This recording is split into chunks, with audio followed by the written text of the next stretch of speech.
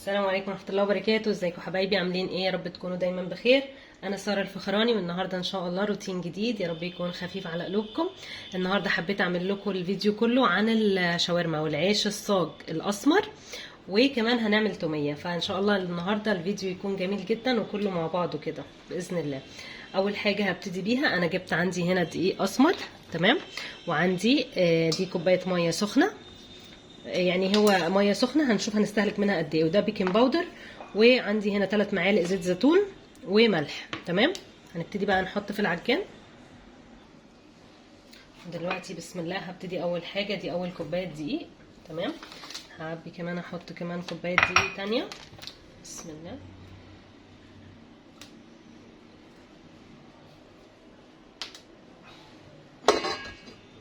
دي تاني كوبايه دقيق، بس انا حاسه ان الكميه هتبقى صغيره، هنحط 4 كوبايات، تمام حبايبي. هنحط 4 كوبايات من الدقيق الاسمر. عايزين بقى تحطوا جواه بذور على اساس ان يبقى مفيد اكتر، تمام. عايزين تاخدوه كده بس، تمام، من غير حاجه، تمام برضه.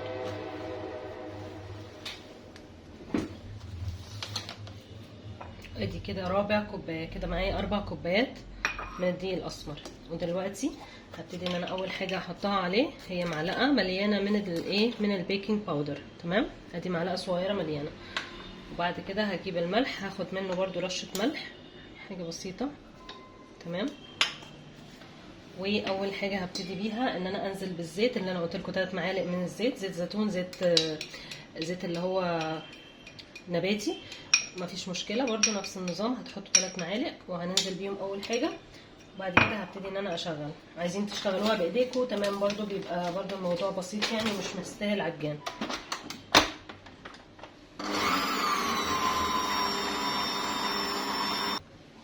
ودلوقتي حبايبي بصوا قوام العجينه من جوه خلاص كده، الزيت اتعمل معاها جوه كويس جدا، لفت مع الزيت. هبتدي ان انا انزل ايه بشويه ميه مغليه. هبتدي باول حاجه بكوبايه ميه، هكمل عجن، وبعد كده ايه نشوف لو هيحتاج تاني. ودلوقتي حبايبي اهو بصوا، ده قوام العجينه، لسه طبعا محتاجه شويه ميه كمان. انا لغايه دلوقتي خدت معايا، بصوا اخدت معايا ده كده، ثواني بس عشان من هنا مش الكوبايات، اهو بالظبط خدت معايا كوبايه. هنكمل بقى نشوف كده لو هتاخد الكوبايه التانية. انا خدت كده نص كمان، ده كده قد ايه، نص كمان، لا لسه كمان، يعني كده نص، كده بالظبط كوبايه ونص. وهكمل. بصوا على حسب كل نوع، دي ده اسمر فممكن ياخد ميه اكتر، لو هتعملوها بدقيق ابيض بنفس الطريقه. فشوفوا بقى كميه الميه واحده واحده ونزلوها.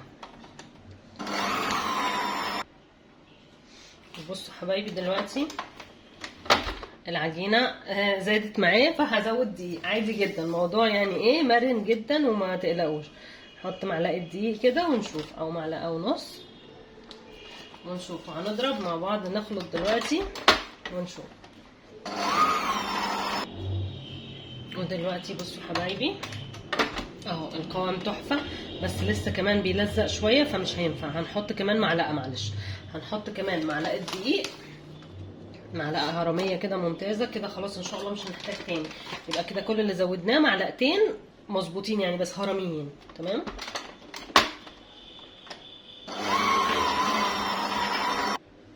ودلوقتي تعالوا نبص مع بعض على العجينه بعد ما حطيت لها معلقه الدقيق كمان. بصوا بقت خطيره خلاص، مش بتلزق ولا حاجه اهو. بصوا العجينه تحفه خطيره، ماشي. هنسيبها بقى ترتاح 10 دقايق بالظبط ونفردها واوريكم هنعمل ايه مع بعض، تمام. انا هلمها بقى هنا كده وهحطها ترتاح 10 دقايق بالظبط. واهي حبايبي معايا العجينه، انا هشيلها من البوله دي دلوقتي وهنقلها في البوله التانية. حبيت ان انا اوريكم شكلها برضو من قريب كده. بصوا الجمال، خطيره خطيره خطيره خطيره. هنسيبها بقى ترتاح 10 دقايق بالظبط اهو، وهسيبها 10 دقايق، وبعد ال10 دقايق نبتدي نشتغل فيها. ودلوقتي حبايب قلبي انا ريحت العجينه اهي، انا كنت مغطياها كده. هنشيل كده الغطا، وبصوا بقى هنقطعها على ايه، على دوائر متساويه. يعني انا هشيل كده، اوكي اهو. انا حطيت دي جنبي هنا عشان لو احتجت وانا بفرد يبقى جنبي ايه في دقيق وانا بفرد.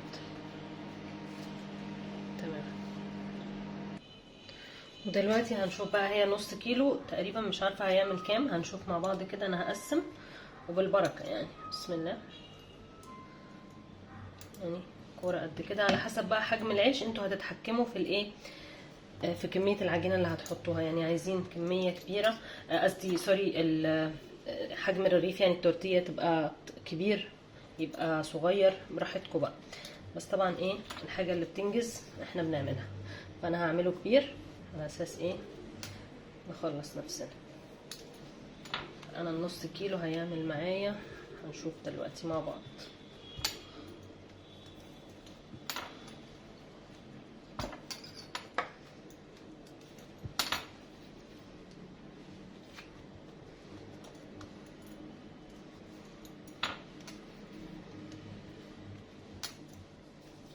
دول على 3 كده هيبقى كام؟ مش عارفة كده، 4 7 8 9 10 اهو، 10 وحدات بالظبط. يعني نص كيلو هيطلع معايا ان شاء الله 10 ترغفة.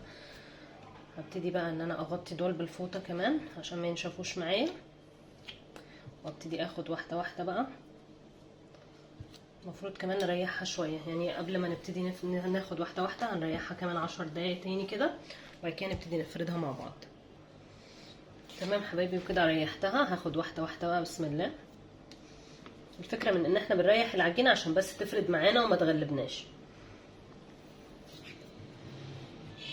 هرش رشة دقيقة خفيفة قوي يعني، عشان هي العجينة ما شاء الله مش محتاجة، بس يعني تحسبا ان هي ايه، تتفرد معانا تمام، ما تلزقش او كده.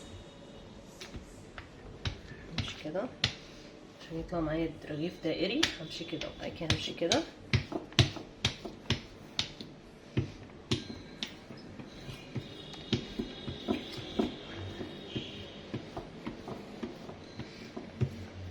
برضو حجم الرغيف مش كبير قوي يعتبر، يعني يعتبر معقول جدا، صغنن كمان يعني، مش عارفة، حاسة انه مش كبير. بس احنا بقى مش هنبقى زي بس خلاص نعمله دائري وخلاص. يعني بصوا العجينة بتبقى رقيقة شوية، ما بتبقاش تخينة زي اللي هو العيش البلدي، لا بتبقى رفيعة. يعني هوريكم السمك بتاعها دلوقتي. بصوا السمك مش تخين، تمام. هنعملها كده وهنحاول نعملها بشكل دائري بقى.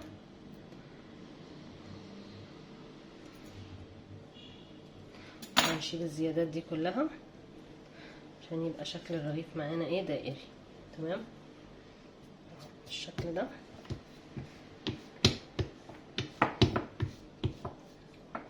هحطه بقى على جنب كده، ونعمل بقى نفرد كمان واحد اهو. بصوا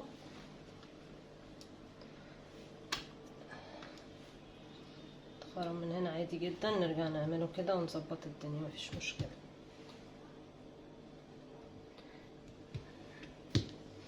نعمل واحد كمان، وبعد كده بس نحطهم ونغطيهم.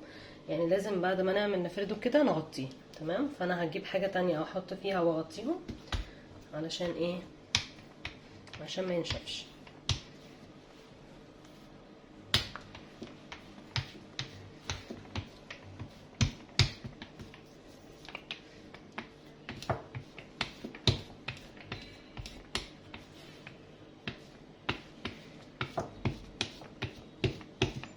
وبنفس الطريقه وبنفس السمك بقى هكمل كل الباقيين اهو. طلع معايا دائري، مش محتاج بقى ان انا احط له ايه، اقصه ولا حاجه، تمام كده ماشي. بعد كده هنغطيهم بقى بالشكل ده ونريحهم، ونيجي نعملهم على الصاجه مع بعض. ودلوقتي حبايب قلبي، انا هنا دهنت الصاج عندي بالزيت، تمام، وسبته يسخن تماما. دلوقتي بصوا بصوا كده، معلش لزقت في اختها. بصوا الجمال اهي، بسم الله الرحمن الرحيم. هبتدي ان انا انزل بيها كده، اسيبها بقى.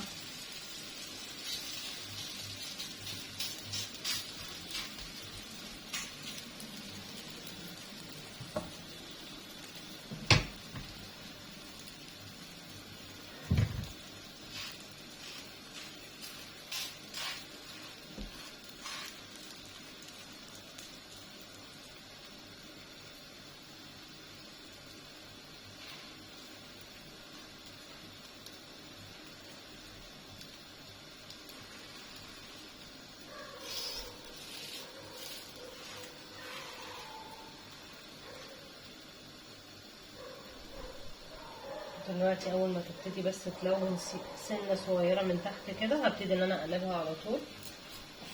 بسم الله.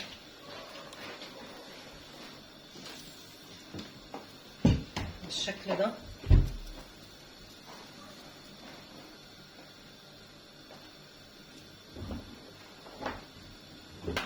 شايفين معايا؟ دلوقتي بصوا حبايبي من قريب، بصوا عايزه اقول لكم ان هو ان شاء الله هيعجبكم جدا، تحفه. وعشان ما يبقاش ينشف معانا، انا هنا هحط فوطه برده بنفس النظام اللي انا قلت لكم عليه. هحط فوطه مطبخ نظيفه هنا، تمام.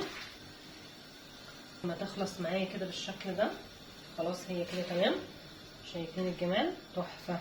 نحطها كده، نبتدي نكمل بقى، نغطيها كده بالشكل ده ونكمل اللي بعده. بسم الله.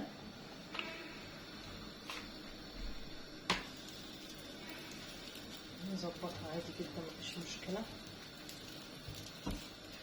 فركشت منكم، حصل اتخربت سيكه، مش مشكله عشان هو رقيق قوي بيبقى فطبيعي جدا ان هو يحصل فيه كده، فما تقلقوش يعني عادي.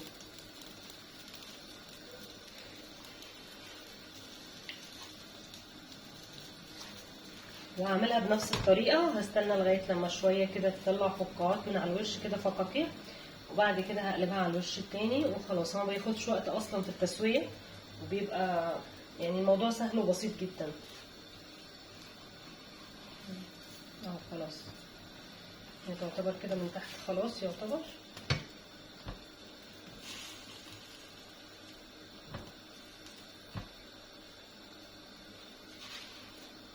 نقلب بقى كده.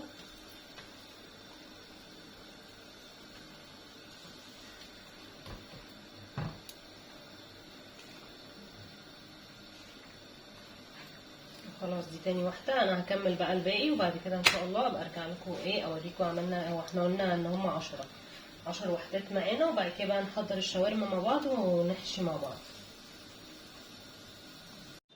دلوقتي حبايبي تعالوا اهو، انا جبت حاجه الشاورما، تعالوا نعملها مع بعض. اول حاجه انا عندي هنا نص كيلو من الصدور متقطع شرايح بالشكل ده طويله. وعندي هنا بهارات عباره عن ملح وفلفل، بابريكا، وبهارات شاورما، وتوم باودر وبصل باودر، تمام. عندي هنا معلقه زبادي واحده كبيره، وعندي هنا توم هنستعمل منه معلقه صغيره، وده عسل، تمام. هنبتدي اول حاجه هنزل بالبهارات كلها هنا، تمام. وهبتدي ان انا انزل بالزبادي،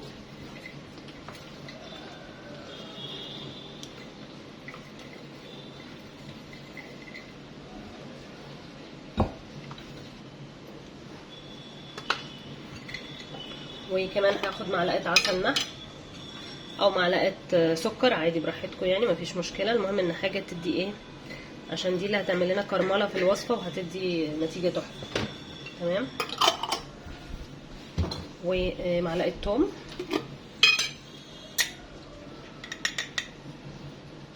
معلقه صغيره توم كده. وهبتدي ان انا اخلط الكلام ده كله مع بعضه،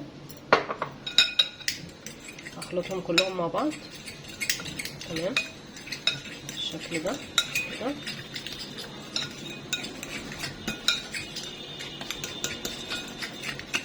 ودلوقتي كمان هجيب بس زيت زيتون، وهنزل عليهم بمعلقه كبيره من زيت الزيتون او معلقتين كبار، تمام. معلقتين كبار كده من زيت الزيتون حلوين. نبتدي ان احنا نقلب الخلطه الجميله دي مع بعضها كده. عايزه اقول لكم ان دي طريقتي اللي انا بعملها في الشاورما على طول.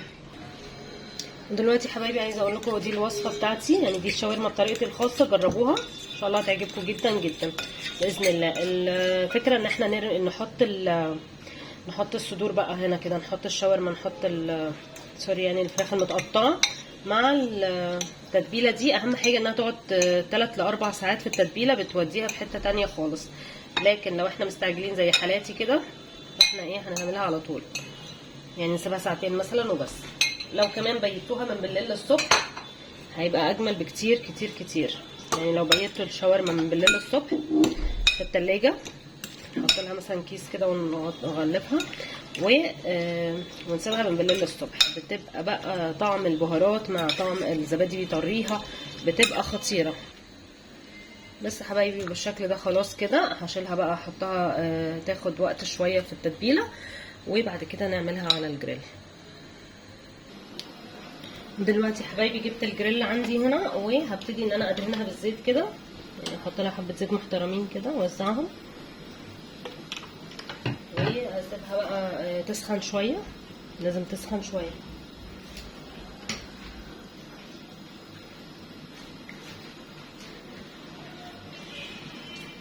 ابتدي اوزع بس الزيت كده في كل مكان عشان ايه، كله مدهون بالزيت.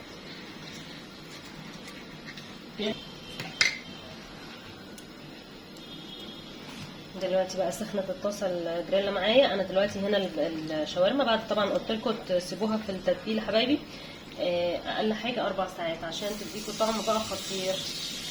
ابتدي انزل بيها بقى في حته هنا كده. بسم الله.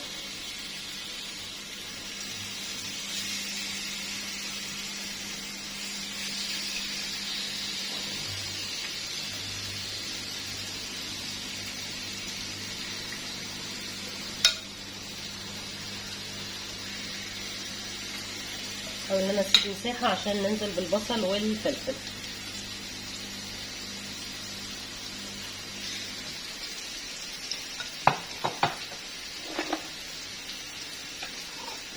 ابتدي ان انا انزل بالبصل هنا كده.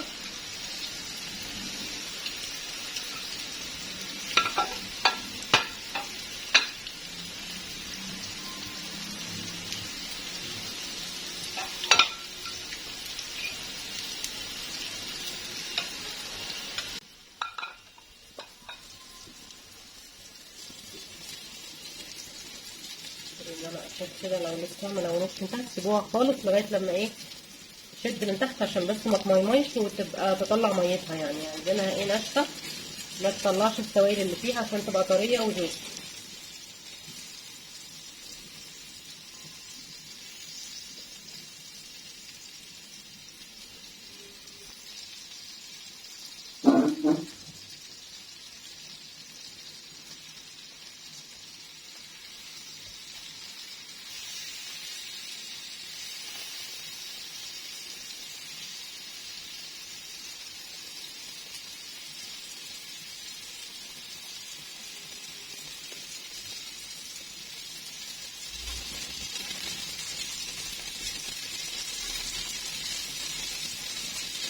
دلوقتي هنزل جنب البصل كده هنا اوسع مكان، وانزل بالفلفل عشان يستوى معاها برضو.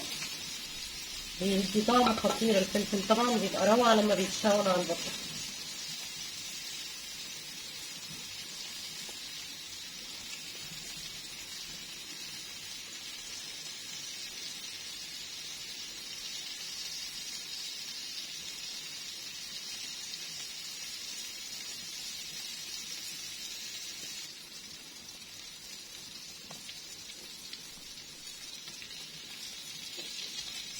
نخلطهم بقى مع بعض كده، ياخدوا من طعم بعض. بعد ما هي اخدت شويه ايه مسكت نفسها الفراخ يعني كده تمام جدا. نلخبطهم مع بعض بقى.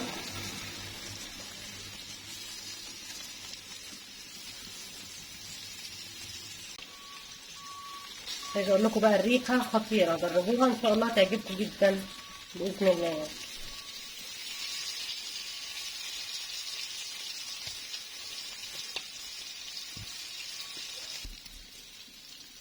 وده كده حبايبي خلاص، هي كده خلاص استوت. هشيلها بقى، هشيلها في طبق التقديم، ونعمل السندوتشات على طول بقى، ونعمل مع بعض التوميه الاول.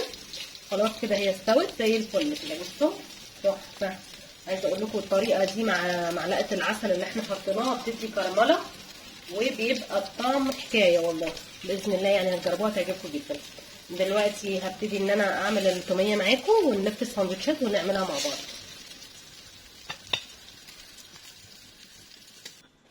دلوقتي حبايبي اول حاجه هبتدي بيها اعمل معاكم اللي هي التوميه. اول حاجه جبت هنا معلقتين كبار من النشا، وهقلبهم في الميه اللي هي البارده. تمام، انا عشان بس اختصر الوقت فحطيت هنا ميه سخنه على النار. تمام، وهبتدي ان انا ايه احط دلوقتي عليها، انزل عليها بالنشا عادي جدا زي ما بنعمل ايه المهلبيه العاديه بس بالميه. تمام، فهبتدي ان انا ادوب النشا كويس جدا. بعد كده هبتدي انزل عليه بسم الله واقلبه.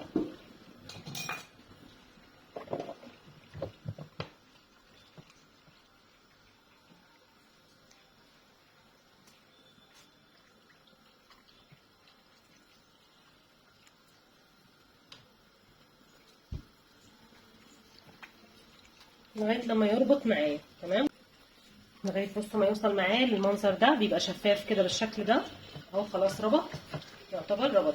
تمام، بصوا بالشكل ده. خلاص هرفعه من النار وهغطيه واسيبه يبرد تماما.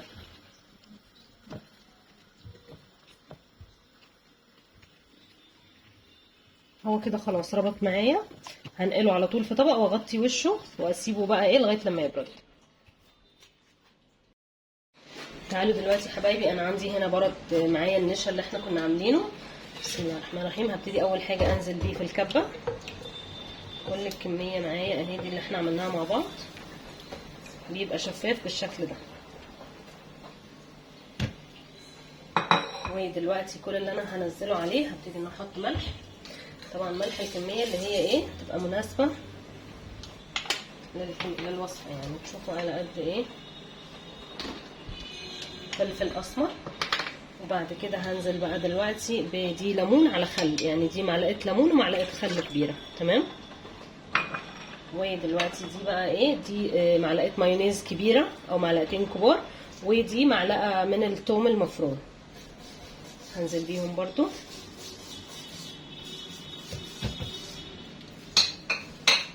ودي زبدايه صغيره هنزل بيها برضو. بسم الله.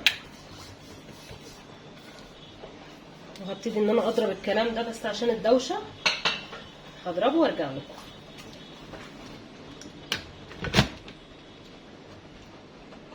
ودلوقتي بصوا حبايبي القوام سايب ازاي.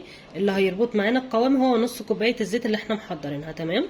انا عندي هنا زيت زيتون محضراه. هبتدي ان انا مفترض ان انا اجيب لو عندي الخلاط هبتدي احط من فوق الحته اللي هي بتبقى مفتوحه دي، بس انا ايه عملتها في الكبه فخلاص هكمل هحط الزيت حبه بحبه واضرب. تمام، لغايه لما يتقل القوام معايا. بصوا اهو القوام الاولاني. دلوقتي هضربه مع الزيت ونشوف. ودلوقتي حبايبي بعد ما نزلت عليها الزيت بالتدريج، بسم الله اهو بصوا القوام. هوريكم القوام دلوقتي. بسم الله. ما تقلقوش القوام كده، بس هيدخل معانا التلاجة هيتقل وهيبقى زي الفل. وكمان لو عندكم معلقه مستردة ممكن تحطوها معاها، هتبقى برضو تديها طعم، بس انا ما كانش عندي فتمام جدا. هي اللي مخلي لونها اصفر علشان انا حطيت لها زيت زيتون. تقدروا انتوا تحطوا لها زيت نباتي هتبقى تمام جدا، بس انا حبيت اعملها بزيت الزيتون. ودلوقتي يا حبايبي تعالوا نطبق الوصفه مع بعض. ده العيش الصاج اللي احنا عملناه. بصوا خطير خطير خطير. بصوا طري وتحفه تحفه تحفه. هنعمل ايه؟ ودي التوميه، عايزه اوريكم برضو قوام التوميه. بسم الله. بصوا القوام بعد ما طلع من التلاجة. بصوا الجمال، خطيره. زي ما قلت لكم هي مصفره كده عشان انا عملتها بزيت زيتون. حابين انتوا تعملوها بزيت نباتي هتبقى برضو بنفس القوام التحفه ده. تمام حبايب قلبي. ودلوقتي هبتدي ان انا اجيب العيش وابتدي احط بقى من الشاورما واحط من التوميه. بسم الله كده بالشكل ده الساندوتش.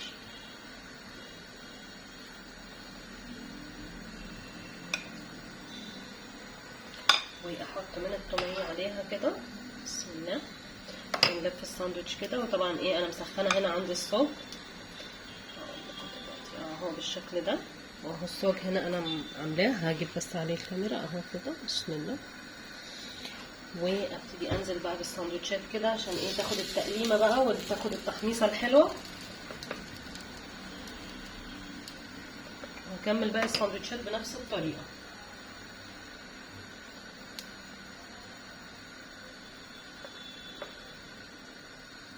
تمام. اكمل. وهنحط طبعا صوص التوميه جنبه بعد ما نحط الساندوتشات كده بقى من جوه، يعني نحط حاجه بسيطه وبعد كده جنبه بقى نغطس بالتوميه بقى ونظبط الدنيا. بس عايزه اقول لكم الطريقه دي هتجربوها والله هتحبوها قوي قوي قوي، سواء طريقه العيش او طريقه التوميه او طريقه الشاورما. التلاته احلى من بعض.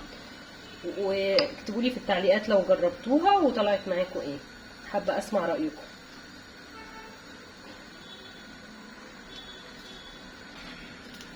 لسه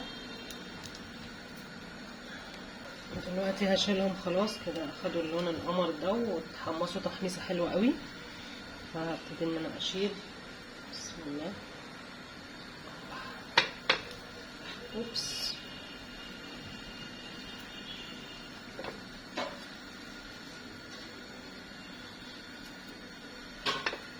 هو مولع مولع مولع، عشان كده ايه